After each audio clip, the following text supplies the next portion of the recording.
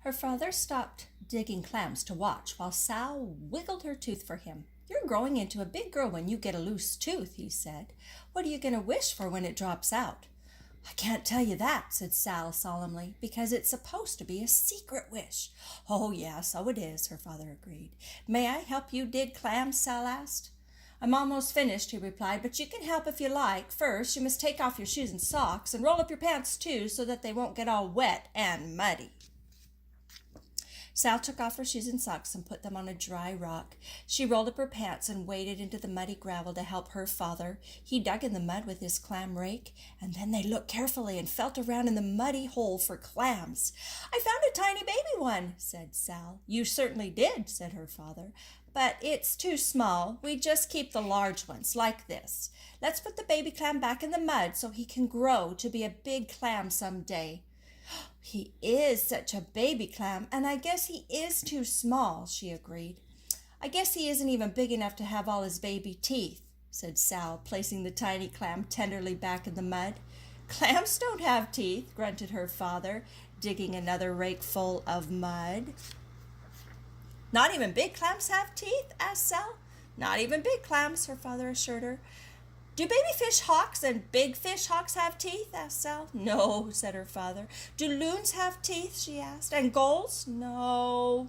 "Do seals have teeth?" "Yes, they have 'em," he answered. "And do their teeth get loose like this?" asked Sal, opening her mouth to show her loose tooth. "Oh!" she said with great surprise. She felt with her tongue, and she felt with her muddy fingers. "Why, it's gone," she said sadly, feeling once more just to make sure. The loose tooth was really and truly gone. The salty mud from her fingers tasted bitter, and she made a bitter-tasting face that was almost a face like crying. "Did you swallow it, Sal?" her father asked with a concerned smile. "No," she shook her head sadly. "I was too busy asking to do any swallowing. It just dropped itself out. It's gone, and I can't put it under my pillow and make my wish come true." "That's too bad," her father sympathized. "But you are growing into a big girl, and big girls don't cry about a little thing like that. They wait for another tooth to come loose and make a wish on that one." "Maybe we can find my tooth where it dropped," said Sal, hopefully feeling around in the muddy gravel where the clams lived. Sal's father helped her look, but a muddy tooth looked so much like a muddy pebble, and a muddy pebble looked so much like a muddy tooth, that they hunted and hunted without finding it. "We'll have to stop looking and take our clams back to the house, Sal," her father said at last, "or we won't have time for the trip to the village." He washed off the clams in the clean salt water of the bay, and Sal reluctantly stopped looking and waded in to wash the mud off her feet and hands. "I guess some clam will find my tooth and get what I wished for," said Sal.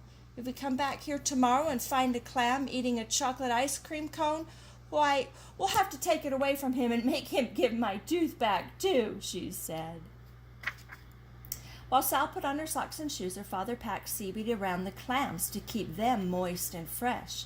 "Now let's hurry back to the house," he said, "and in a few minutes we'll be on our way to Buck's Harbor in the boat to get milk and groceries." "Okay," Sal answered, scrambling to her feet.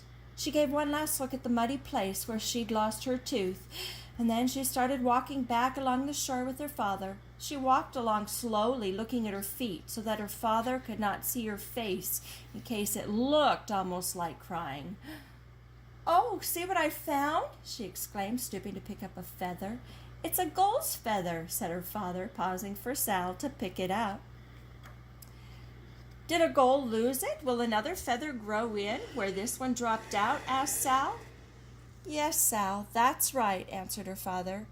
"Maybe seagulls put dropped-out feathers under their pillows and wish secret wishes," Sal suggested. "Seagulls don't use pillows, but I suppose they can make wishes," her father said. "Then I'll make my wish on this feather," Sal decided. "Perhaps the seagull has already made a wish on that feather, and the wish is used up," suggested her father. "Oh, no," Sal said definitely. "He didn't, you see. I guess because he was too busy flying and not looking back, he didn't notice it was loose when he brushed his feathers this morning, so he didn't expect it would drop out. He doesn't even know it's gone," she convinced herself. She closed her eyes tight and wished her secret wish. When they reached home, Sal's mother and sister Jane were waiting with a box of empty milk bottles to return to the store and a list of things to buy.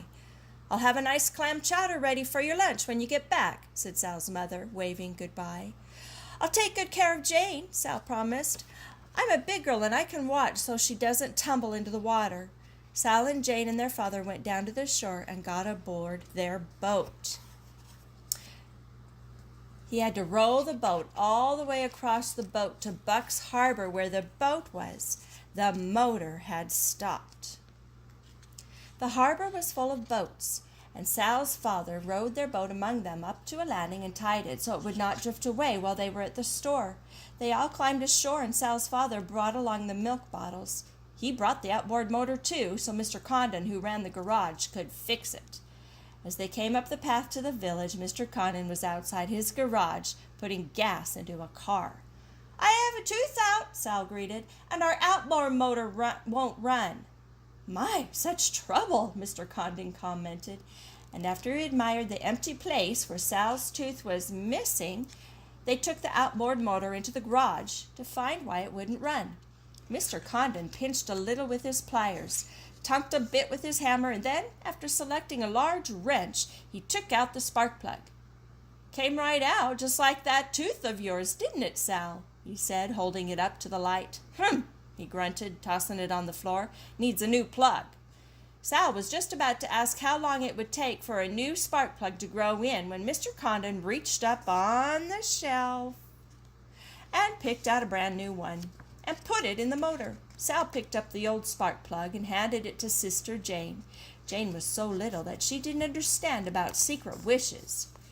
Jane was so little that she couldn't even say ice cream cone, so Sal wished the secret wish for Jane on the spark plug.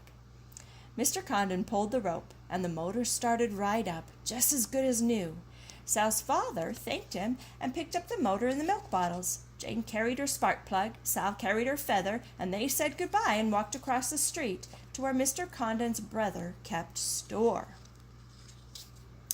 "Well, look who's here," said Mr. Condon, who kept store. "I have a tooth out," Sal shouted, returning to Mr. Condon's greeting.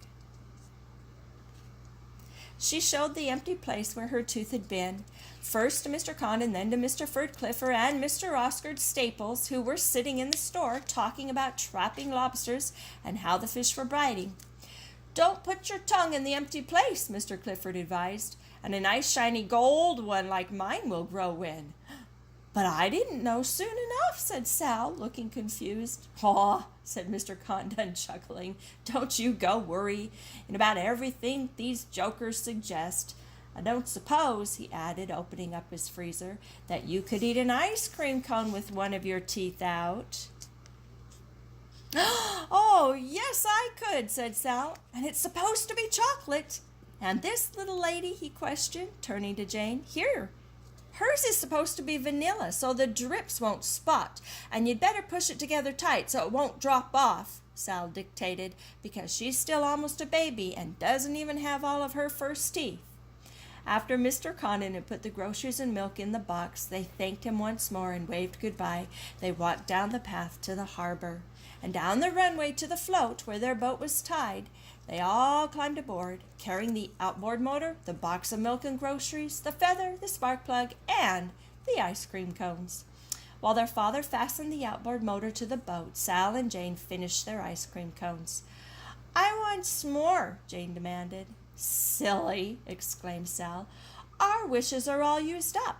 Then she remembered that she was growing up, and just like a grown-up, she said, "Besides, Jane, 2 ice cream cones would ruin your appetite.